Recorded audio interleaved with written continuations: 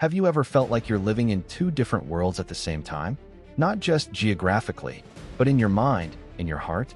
One foot in the soil of your origin, the other on the pavement of your present, and the chasm between them feels wider every day.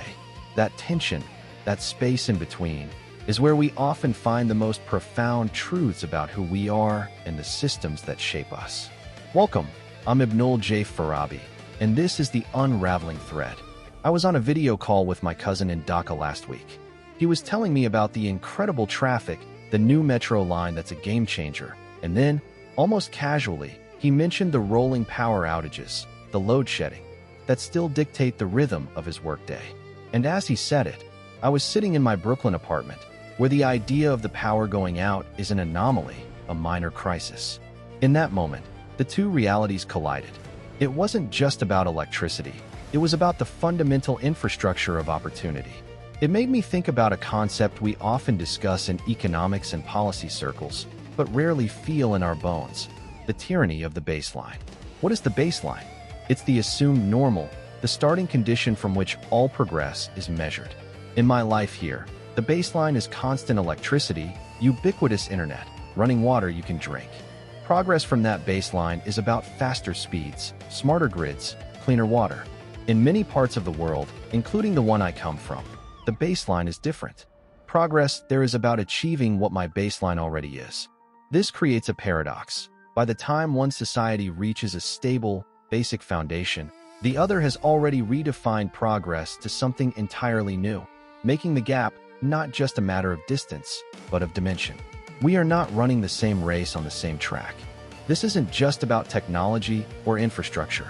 It's about the baselines of society itself. Consider trust in institutions. In some contexts, the baseline is a weary, low-level skepticism toward authority, a survival mechanism honed over generations. In others, the baseline is a fundamental, if sometimes complacent, expectation that systems will function. When these two societies interact, whether through diplomacy, business, or migration, they are operating from entirely different emotional and experiential baselines. Misunderstanding is almost guaranteed. One side sees paranoia, the other sees prudent caution. One sees naive trust, the other sees social stability. I see this in myself, a personal unraveling I trace often. My baseline instinct, forged in Dhaka, is to double-check, to have a backup plan for the backup plan, to read the fine print in a way that my American-born colleagues sometimes find exhausting. It's not that I don't trust. It's that my baseline of trust was calibrated in a different environment. And in my entrepreneurial life here in New York, I've had to learn a new calibration, one where the assumption of contractual integrity and systemic enforcement is the norm. Navigating between these two baselines is a daily, silent calculus. This brings us to the most potent application of this idea: the global climate crisis. The tyranny of the baseline here is stark, and it is the core of so many failed negotiations. For a country like Bangladesh, the baseline is existential vulnerability. Rising sea levels aren't a future threat. They are a present, swallowing reality. The baseline is adaptation, survival, displacement. For many in the developed world, the baseline is still one of comfort. The climate crisis is a modifier of that baseline, a cause for concern, for lifestyle adjustments, for future investment. But when these two perspectives meet at an international forum, the conversation is almost impossible. One is arguing from the edge of a precipice, the other from a comfortable room that's getting a bit warm.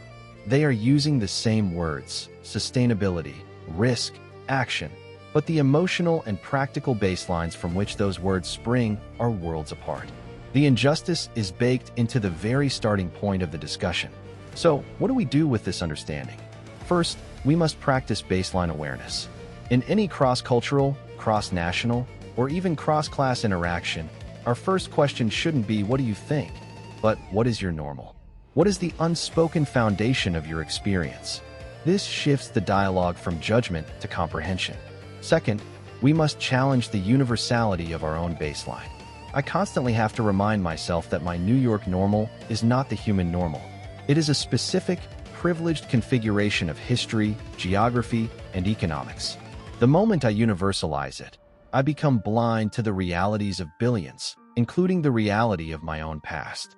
And finally, for those of us who live in the space between baselines, the immigrants, the diaspora, the global citizens, we have a unique and taxing responsibility. We are the translators. We have to explain the load shedding to the Silicon Valley optimist and explain the culture of rapid innovation to the community elder who values stability above all else.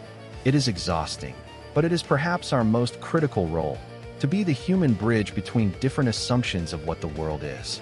Sitting here, in the quiet hum of my perpetually powered apartment, I think of that call with my cousin.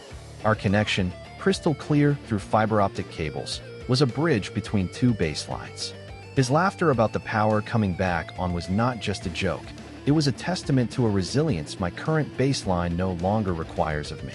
And that is the personal thread I'm forever unraveling. How much of that resilience do I want to keep? How much of my new baseline's comfort is a gift, and how much is a blindness? There is no easy answer, only the constant, conscious navigation. The tyranny of the baseline isn't a problem we solve. It's a condition we learn to see. And in seeing it, we begin to untangle the knots of misunderstanding that bind our world. We start to measure progress not just from where we stand, but from where others are forced to begin. Thank you for listening. This has been The Unraveling Thread, a production of Light Knot Studios.